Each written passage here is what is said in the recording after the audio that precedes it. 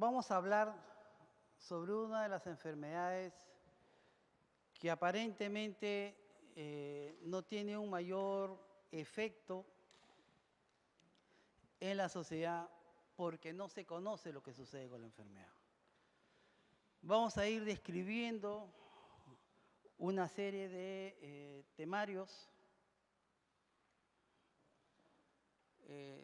donde vamos a ir mezclando las fisiopatologías porque esto debe de verse como un todo.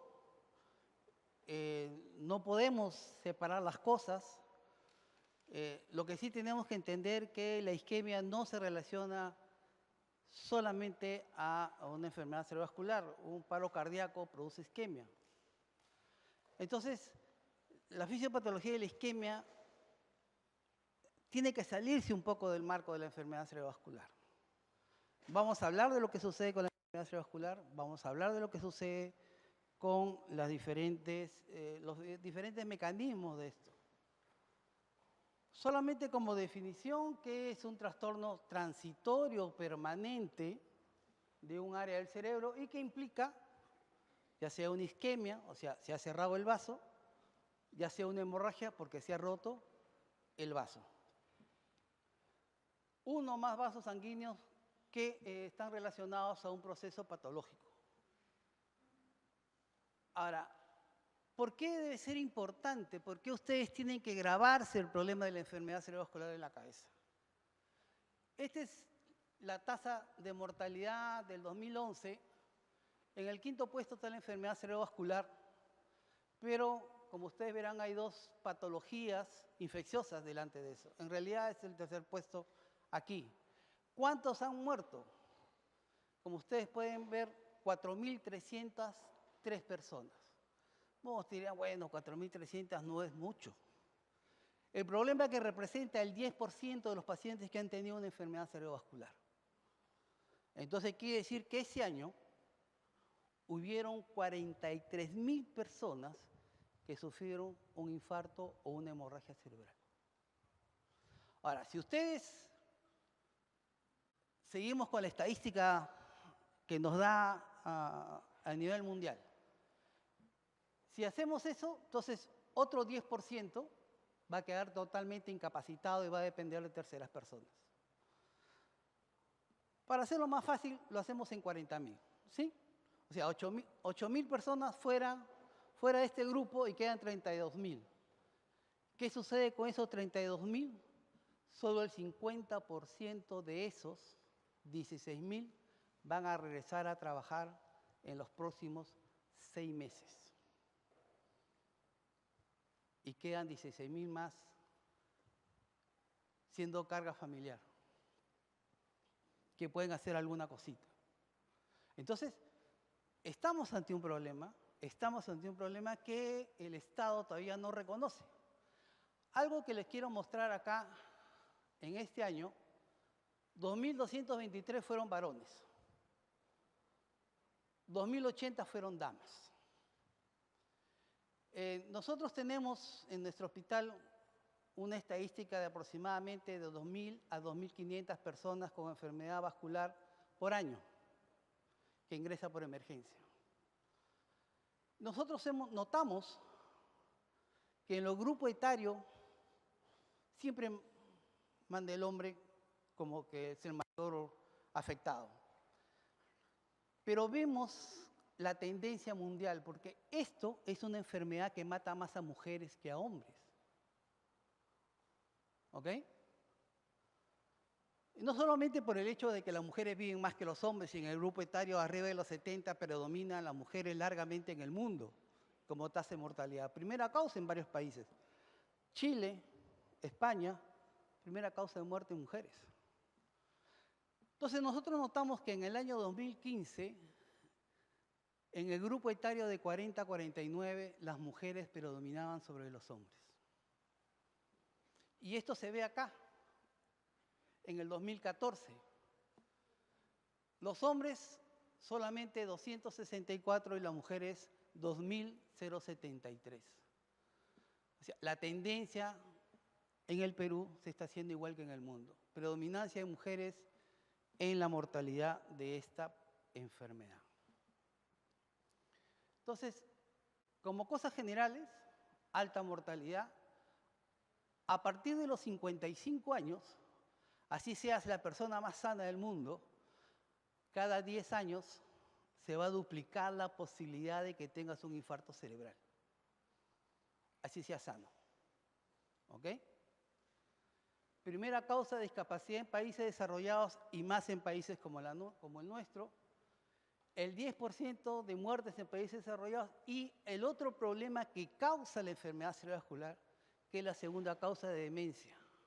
La primera es el Alzheimer y la segunda es la demencia vascular. O sea, encima de que tenemos un paciente que no ayuda, que no colabora, que no puede hacer sus actividades, encima hace demencia. El 80% de estos procesos, 85% lo van a ver en otra lámina, son ictus isquémicos. Entonces, si el paciente entra a emergencia con una debilidad focal, con la sospecha de que sea una enfermedad cerebrovascular, si yo te pregunto qué cosa es esto, me tienes que decir que es isquemia, aunque no hayas visto la tomografía. Porque el 85% de las veces vas a acertar. O sea, por estadística. ¿Ok? Entonces, así venga con 200 sobre 140, 240 sobre 120, usted, isquémico, doctor. Ah, bien. ¿No? Ustedes, aunque no quieran, esto lo van a ver en emergencia. Por ejemplo, en Almenara, de 4 a 6 pacientes todos los días.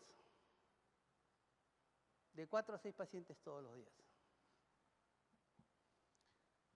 El flujo sanguíneo cerebral se requiere que sea 55 mililitros por 100 gramos minuto, liberación continua de oxígeno y glucosa. El flujo disminuye de 10 a 15 mililitros por 100 miligramos minuto, daño cerebral irreversible después de los 30 minutos. Flujo de 15 a 35 mililitros minuto, metabolismo celular se detiene, pero la zona permanece viable. Y eso vamos a ir conversando en el transcurso de la charla. Ahora, ¿cuánto pesa el cerebro? No pesan igual, ¿ah? El del hombre pesa más. Claro, que no lo utiliza mejor que el de las mujeres, es otra cosa, pero el de los hombres pesa 100 gramos más que el de las mujeres. Las mujeres pesan 1.200 gramos. ¿Pero qué implica? Este es el aporte sanguíneo. Por minuto, el 20% del gasto cardíaco se va al cerebro. ¿Ah? En el oxígeno, de 3 a 5 mililitros por 100 gramos de tejido celular normal por minuto. Miren lo que consume. Miren lo que consume. La glucosa de 5,7 a 7,6 miligramos por 100 gramos de tejido celular normal por minuto. O sea, el cerebro requiere dos cosas básicamente para funcionar. Oxígeno y glucosa. ¿Sí? ¿Estamos de acuerdo? Y que, lógico, mantengas una presión arterial media entre estos valores 50 y 160. Entonces, el flujo sanguíneo cerebral se mantiene por una autorregulación que van a ir jugando la PAN, ¿no? Y las regulaciones metabólicas, el CO2, la presión de oxígeno, el pH, la presión intracerebral, la viscosidad sanguínea, la temperatura, etc. Lo que queremos es que el resultado de la perfusión, la presión de perfusión cerebral, es el resultado de la PAN menos la PIC. ¿No? La presión arterial media menos la presión intracerebral. ¿Ok?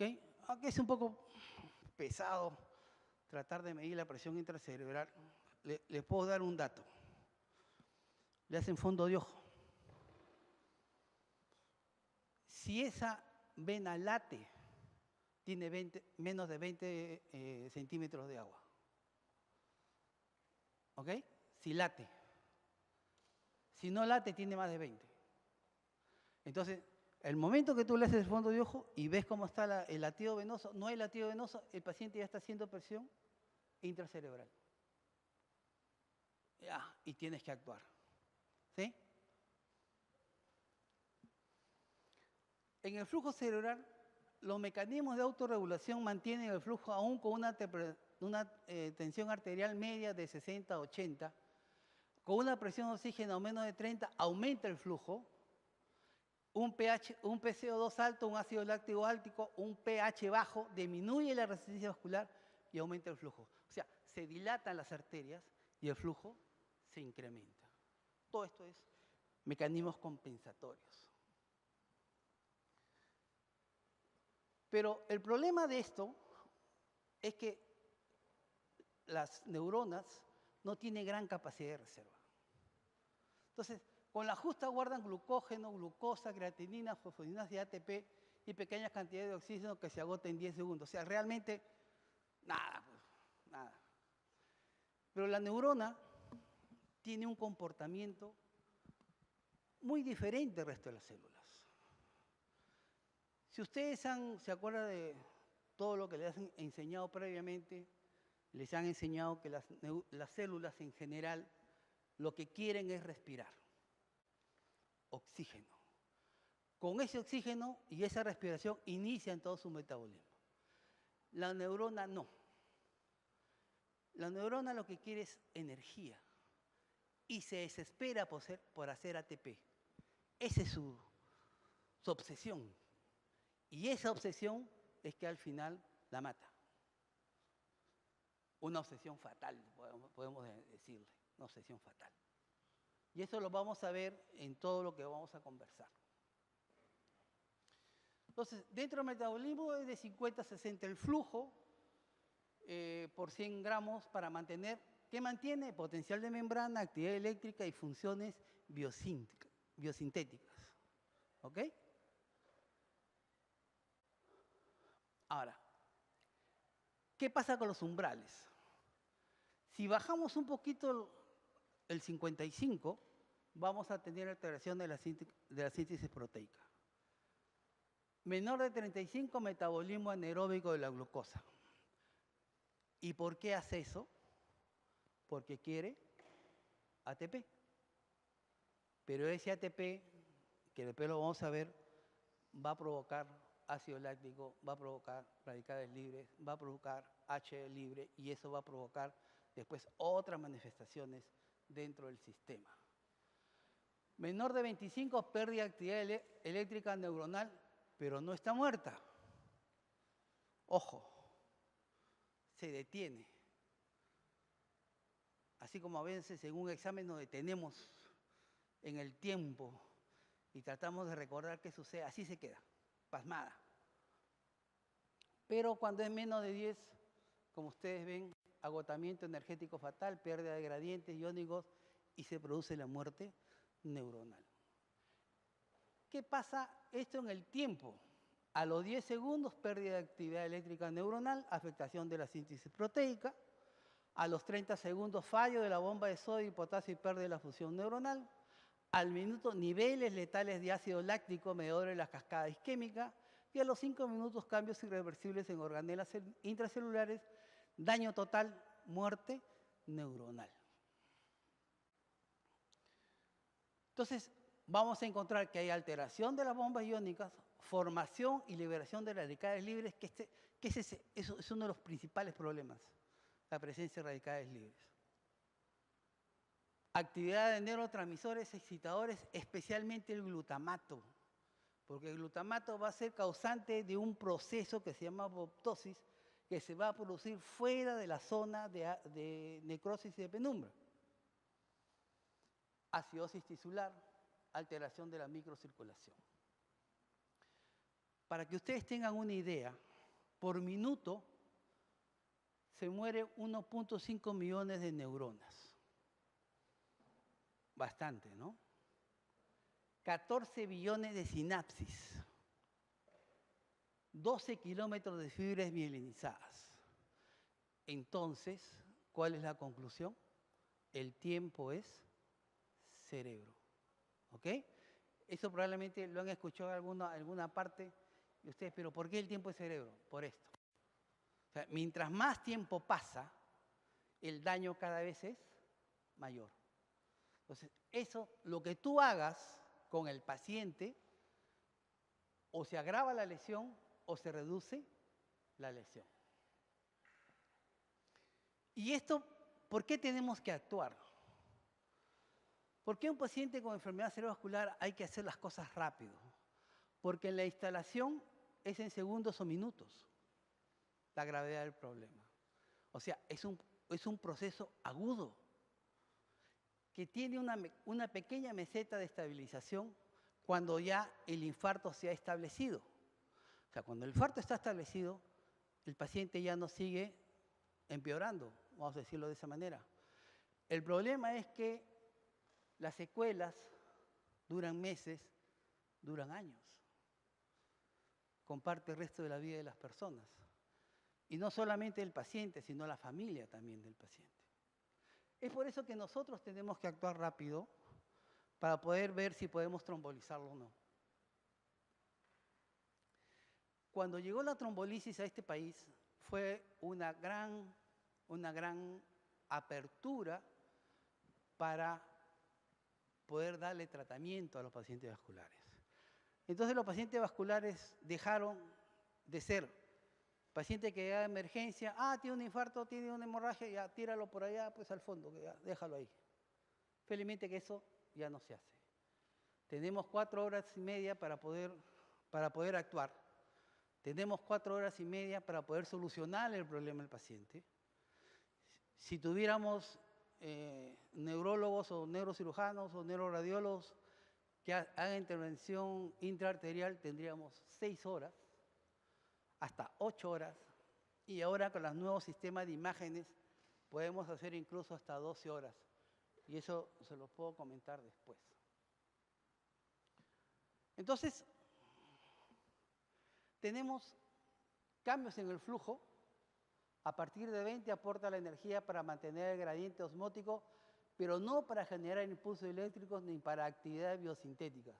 Como les dije, la neurona está ahí, quietita, no hace trabajo, está viendo qué van a hacer ustedes por ayudarla, ¿no? O para matarla, una de las dos cosas. Las neuronas están vivas, pero entran en un estado de silencio eléctrico que se traduce en disfunción neuronal.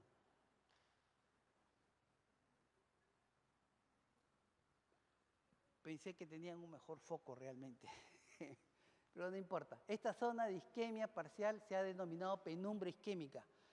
Esto es el motivo de todos los trabajos y de todas las intervenciones. No se trabaja sobre el núcleo o sobre el core de la lesión, porque eso no va a mejorar.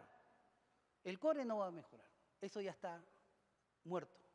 Lo que vamos a hacer es mejorar la penumbra y vamos a evitar que la otra zona que está más allá, que es una zona que tiene una oligoemia, no participe del proceso. Porque al momento que participe del proceso, un paciente que llega a la emergencia con un déficit motor 4/5 sube a la sala 1/5.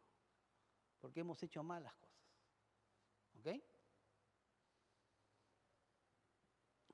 Bueno, en 10 fallan las bombas, gradiente electrónico de membrana, concentraciones iónicas, calcio intracelular, proteasas radicales libres, se inicia cascada tóxica, neurotransmisores excitatorios y la muerte de lo que habíamos comentado antes sobre las células de las neuronas. Ahora, ¿pero qué pasa en sí en el proceso de la enfermedad cerebrovascular? ¿Cómo se produce un proceso aterotrombótico? Eso no tiene nada que ver con el cerebro, porque el cerebro está en otra zona. ¿Ok?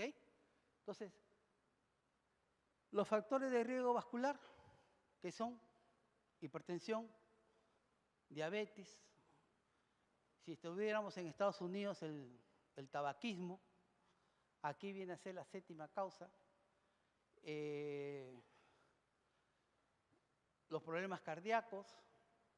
Acá hay una cosa muy interesante que sucede con los pacientes. Cuando ustedes son jóvenes, muchachos, la incidencia de fibrilación auricular es menos del 4%. Realmente nada. Pero cuando tienen 80 años, es el 20%.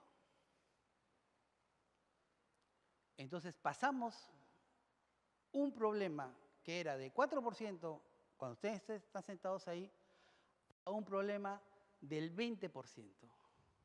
1 de cada 5 de los pacientes mayores tiene fibrilación auricular y muchas veces se le hace el diagnóstico cuando hacen el infarto cerebral.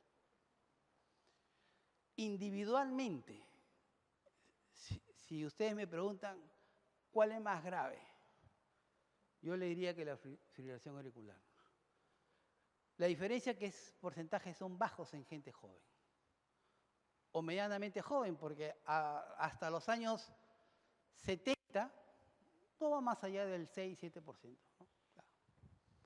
Es arriba de los 75-80 que se comienza a elevar intensamente la presencia de fibrilación auricular. Pero más común es la presión arterial. Acá hay zonas, hay un trabajo de pavor en el Ministerio de Salud, por ejemplo en San Juan de Miraflores. Hicieron un trabajito y ¿qué encontraron en ese trabajo? En las personas mayores de 50 años, la incidencia de la presión alta es de 1 a 1. 50%. ¿Se imaginan eso? 50%. Bastante.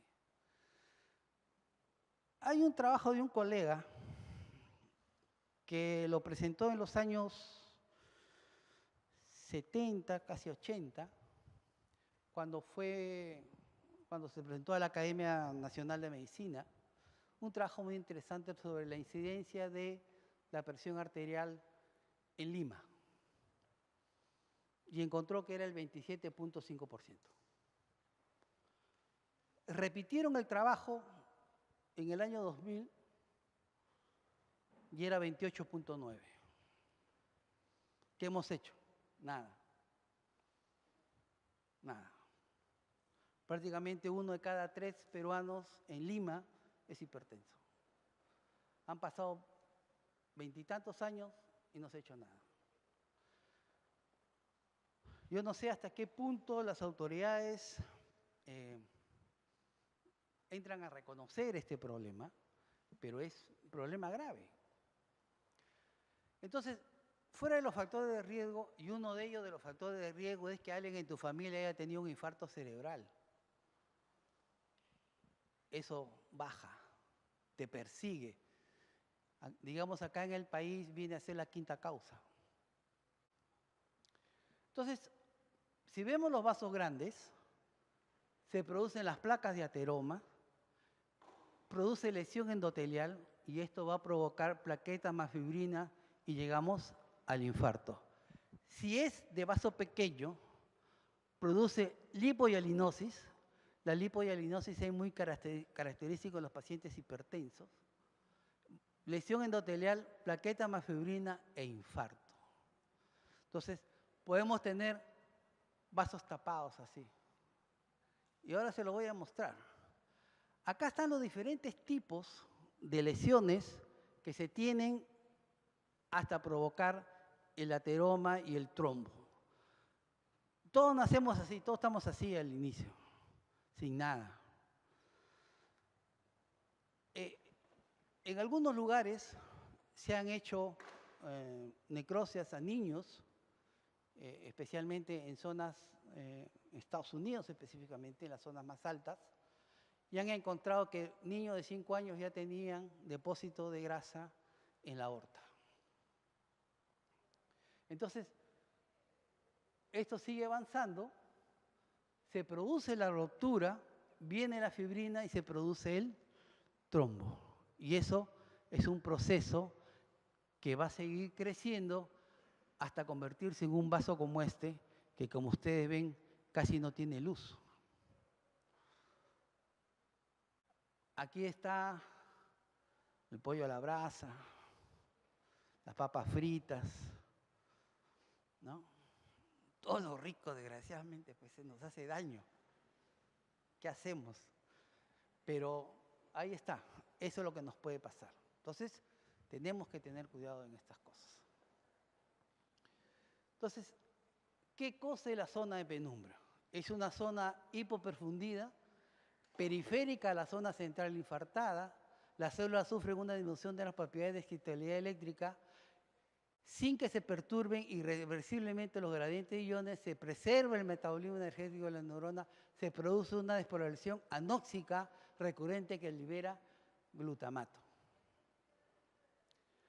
Puede derivar a la muerte celular, disculpen que pase delante de esto, puede derivar hacia la muerte celular, tiempo crítico, 6 horas, crecimiento centrífugo de la zona infartada. Entonces, nosotros tenemos un core, que es el centro de la lesión, y sobre eso tenemos una zona que se llama penumbra. Si tú logras hacer que esa zona de penumbra pueda otra vez activarse, probablemente la lesión que va a quedar va a ser muy chiquita y los pacientes van a mejorar extraordinariamente. Eso hace la trombolisis. Eso hace la trombolisis endovenosa.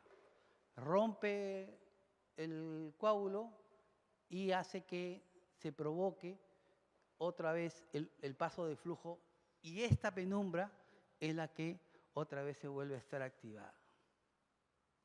Entonces, esto abre una ventana de posibilidades terapéuticas de neuroprotección. Hay factores locales, hay que saber la severidad de la isquemia, el flujo sanguíneo cerebral, la vulnerabilidad selectiva y, por supuesto, factores sistémicos como una presión que esté muy baja, que esté muy alta, que tenga fiebre o que a alguien se le ocurra ponerle destroza. ¿Ok? Los pacientes con problemas vasculares, así sean hipertensos, no le pongan destroza. ¿Ok? Jamás. Porque eso va a favorecer que siga la cadena anaeróbica y van a seguir matando a sus células, a sus neuronas. ¿Sí? Y si tiene fiebre hay que bajarla. Si la glucosa está más de 140, hay que bajarla. Tiene que estar por debajo de 140 para que no haya una respuesta mala. Nosotros cuando trombolizamos, lo único que nos importa es la glucosa. Lo demás, si el paciente no tiene antecedentes de discrasia sanguínea, si no tiene antecedentes de estar tomando aspirina, o si ya tomó la aspirina hace 4 días, o si es un anticoagulado y viene el INR en valores normales, menos de 1.7, no interesa. Solamente con la glucosa trombolizamos. Antes había, cuando empezamos a hacer esto, había 50.000 excusas para no trombolizar. Realmente parece que era en contra, había que pedir los análisis, esperar los resultados. Ya, un hemoglucotés está en valores normales. Ok. Está por debajo de 60, no trombolizas. Está por encima de 400, no trombolizas. Lo regularizas y trombolizas. ¿Sí? Entonces, esto es lo que yo les estaba comentando. La zona de infarto, primero es una penumbra, después se hace el core, que está acá, y según lo que hagamos, el core va a ir creciendo, la penumbra va a ir disminuyendo. Y esta otra zona, la oligoemia, es la que está alrededor de la zona de penumbra. Cuando hacemos mal las cosas, estas también se mueren. ¿Ok? Cuando nos obsesionamos por bajarle la presión arterial, encima le metemos destroza. Bueno, eso va a suceder. Entonces, yo quiero que se acuerden de esto porque de esto vamos a, con la memoria de esto vamos a hacer algunas cosas después. Ahora, ¿cuáles son los factores que influyen, tienen una influencia directa sobre el tamaño de la lesión? Bueno, el estado regional. ¿Qué pasa si ese paciente ya tiene una estenosis previa y justo después de eso le da un infarto? Ese flujo no va a aumentar, por más que hagas lo que hagas. De repente lo vas a trombolizar y no vas a tener un muy buen resultado. Tiempo de oclusión vascular. Si pasan las 4.5 horas y y le haces intravenoso, va a ser un fracaso. ¿Ok? Ahí lo puedes hacer arterial. O puedes hacer una trombectomía a las 8 horas. O sea, hay varias opciones todavía. Todavía podemos llevarnos hasta las 8 horas ya con una trombectomía. Trombectomía implica que tú le metes un catéter y le saques el trombo. Estamos actuando, estamos siguiéndole los pasos a los cardiólogos en ese sentido. Los cardiólogos son más vivos que nosotros. Ellos han empezado primero y hacían la lisis y después se cansaron de hacer lisis y ahora meten catéter. O sea, como ustedes cuando llega un paciente con un infarto, no le hacen lisis, le meten el catéter y le sacan el trombo. Eso queremos hacer. No nos dejan, pero eso queremos hacer. El neurólogo se dio terreno en algunas cosas y se dio terreno en esto que es neurovascular. Actualmente existen un promedio de 200 neurólogos en el mundo que hacen neurointervencionismo. Y uno que está terminando de hacer toda su capacitación es justamente el doctor Moquillaza. Entonces, que es el único peruano que hace neurólogo, hasta ahora, porque ya viene otro, viene el doctor Barrientos, que es del instituto, viene de México, ya serían 2. Y esto es lo que viene en el futuro. O sea, el neurólogo va a hacer neurointervencionismo también. O sea, el neurólogo tiene para ganar de todos lados. Hace electromillo, hace potenciales, hace Doppler, hace toxina botulínica, hace estimulación eléctrica cerebral, hace neurointervencionismo. La neurología te permite, complicada, lo sé, pero permite una serie de desarrollos de tipo personal. Estado de la circulación colateral. Si tú no tienes una buena circulación colateral, difícil va a ser que el otro lado te ayude. Si ustedes se acuerdan del polígono de Willis, el polígono de Willis es todo un circuito que se complementa con la parte, digamos, superior. Cuando tú tienes una buena colateralidad, esa es una prueba que hacemos con el Doppler, por ejemplo, ponemos el traductor en la arteria, en la comunicante anterior, que tiene un flujo hacia abajo, ¿ok? Cerramos una carótida y el flujo tiene que invertirse porque está viniendo del otro lado, como respuesta. Y hemos tenido problemas con algunos pacientes que le hemos cerrado un lado y nunca ha habido inversión. El flujo sí va hacia abajo. Por ejemplo, ese paciente, cuando tenga un infarto, no va a tener mucho apoyo de la parte colateral y va a tener una lesión mucho mayor que probablemente otro que sí la tenga.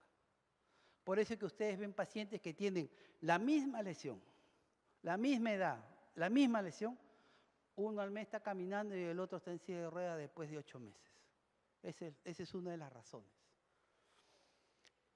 La vulnerabilidad celular frente a la isquemia, presencia de sustancias vasoactivas, ácidos grasos, radicales libres en la zona dañada.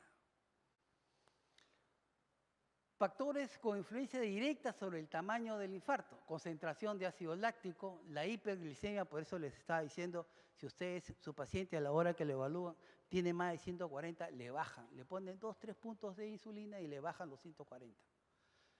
Hipertermia, cifra de tensión arterial y por supuesto la hipoxia.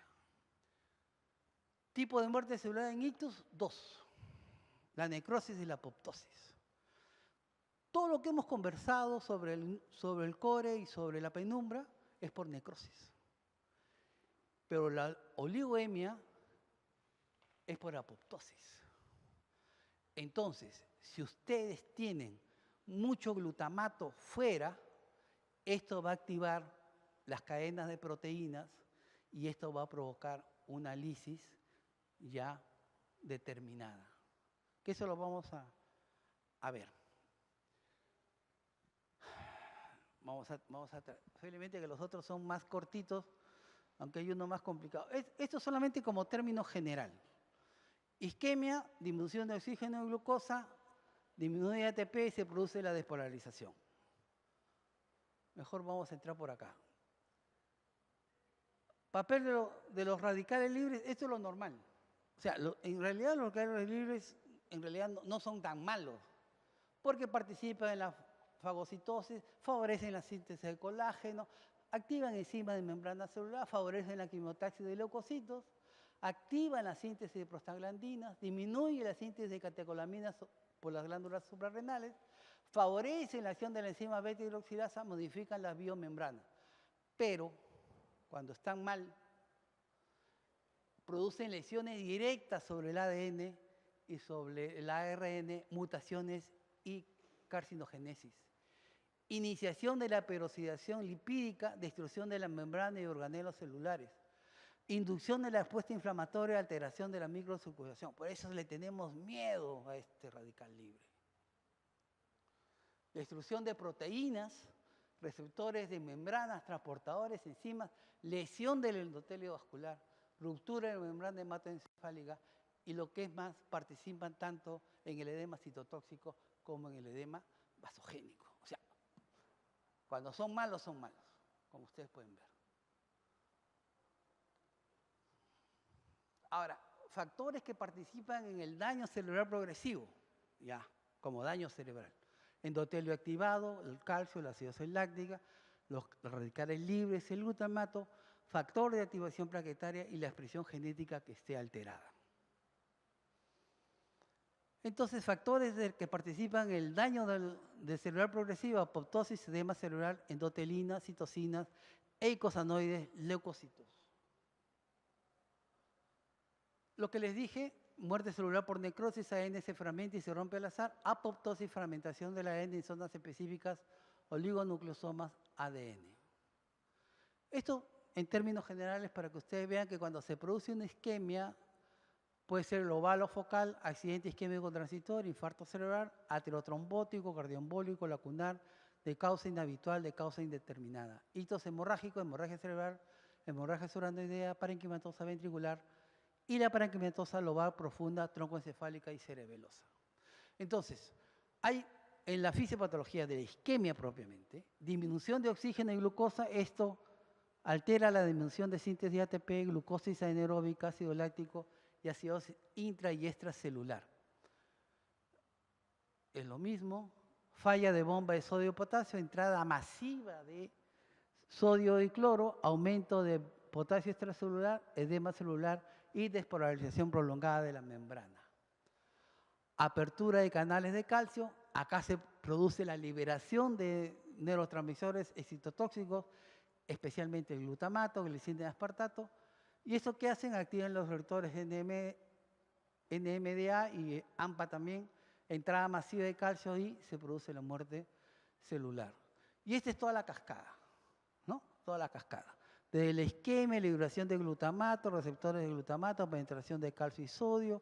Y como ustedes ven, cuando sigue este camino de liberación de glutamato, se produce daño mitocondrial y se produce apoptosis. Esto se produce en la zona oligoemia. ¿Ok? La apoptosis se produce en la zona oligoemia. O sea, si tú haces malas cosas, esta zona, que no debería participar del problema, participa y se muere. Vamos a dejar esto. Y esto solamente para recalcarle lo siguiente. Y ya con 10 se produce depresión, disminución, activación anaeróbica de producción de ATP, liberación de lactato e hidrógeno, radicales libres, daño de astroglías, alteración ácido-base, despolarización anóxica, liberación de glutamato y aspartato, y esto va a seguir el camino de la lipólisis o va a seguir el camino de la proteólisis, ¿no? Esto tiene que ver con apoptosis, esto tiene que ver con necrosis. Bueno, acá está parte del tratamiento, que creo que por el tiempo vamos a dejarlo. Repetimos esto, para que ustedes tienen que acordarse, lo normal, lo anormal y el infarto cerebral. Acuérdense, 85-15, 80 trombótico, 20 cardioembólico, 5 hipoperfusión cerebral. En lo que es hemorrágico, 10 intraparenquimatoso, 5 sobranoideo. Y este es otro esquema, llamado un poco más claro, de la entrada masiva de calcio y sodio, que va a producir lesiones, va a haber fosfolipasa A, lipólisis, ácidos grasos libres, prostaglandinas, tromboxanos, leucotrienos, activación plaquetaria, vasoconstricción, aumento de la permeabilidad de la membrana, destrucción de la membrana. Que eso es al fin y al cabo lo que va a suceder.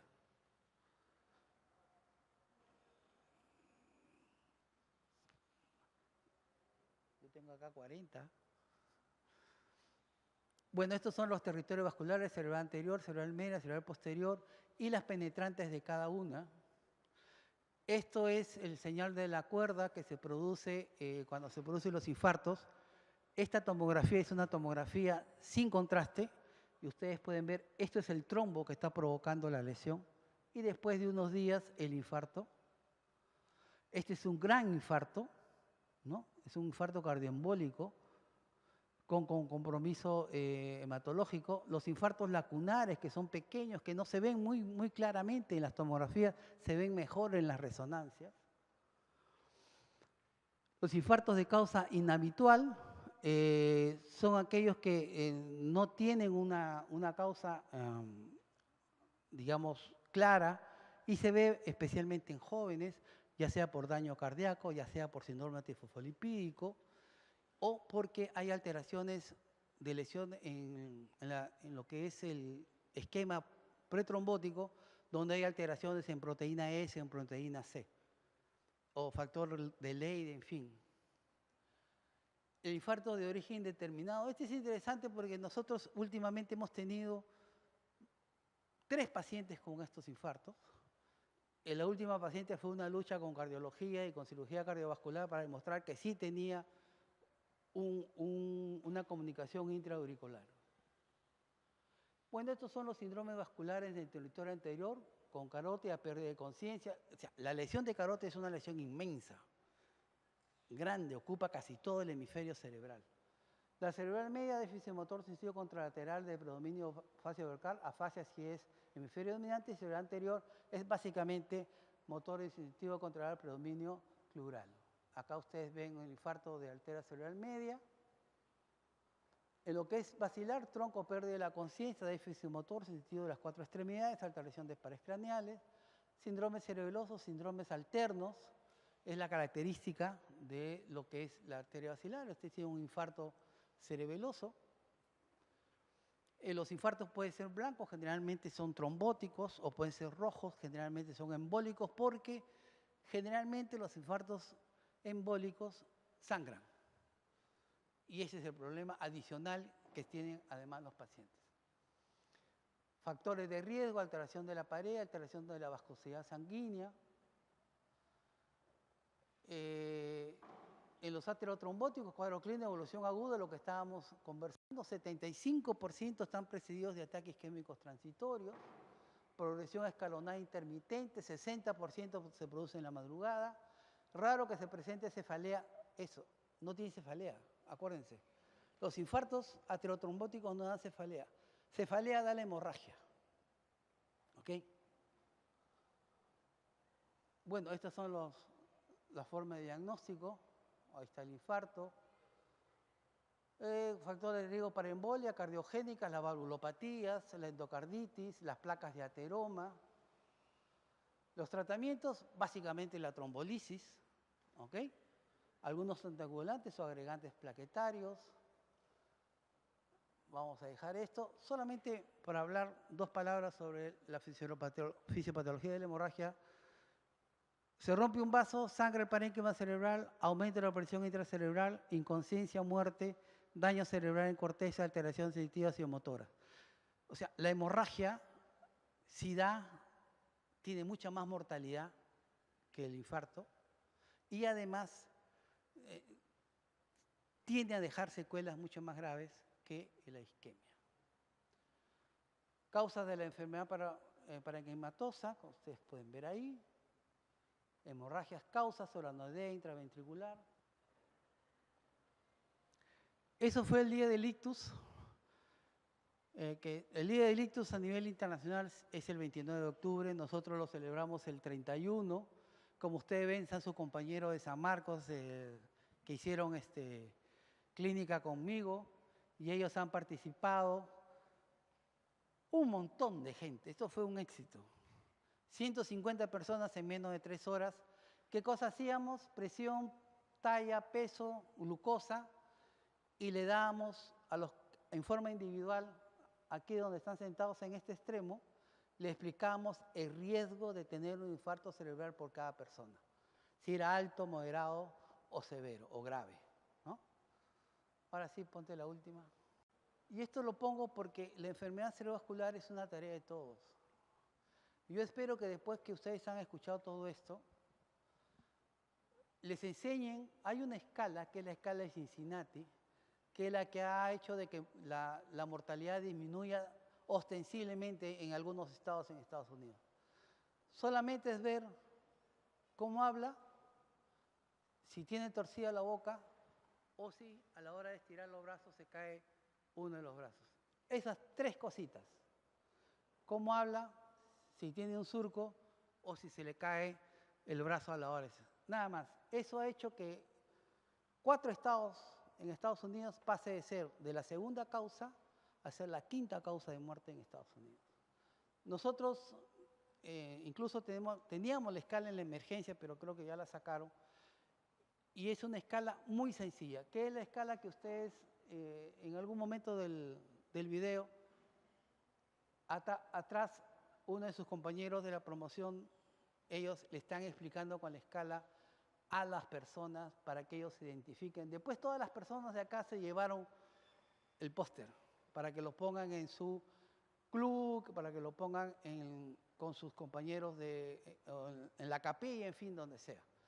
La importancia es que nos enseñen, le enseñemos a la gente cuándo tiene un infarto, que no se vayan a dormir, que le diga, se me adormece el brazo, anda, descansa, estás tenso. Al día siguiente está apléjico. O sin embargo, el paciente, cualquier persona, dice, me duele el pecho, se me adormece el brazo, me voy a la emergencia porque puede ser un infarto. En eso nos han ganado los cardiólogos. No nos hemos vendido nosotros bien.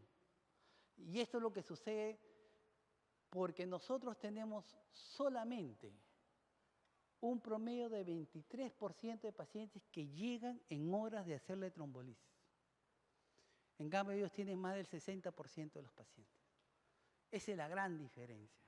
Si en algún momento nosotros podemos llegar a esos valores, podemos trombolizar. A pesar de que el Hospital Almenara es el que más tromboliza en este país, le sigue el Hospital de Cusco, en segundo lugar, y tercero es el Sabogal, pero sin embargo es muy poco lo que hacemos.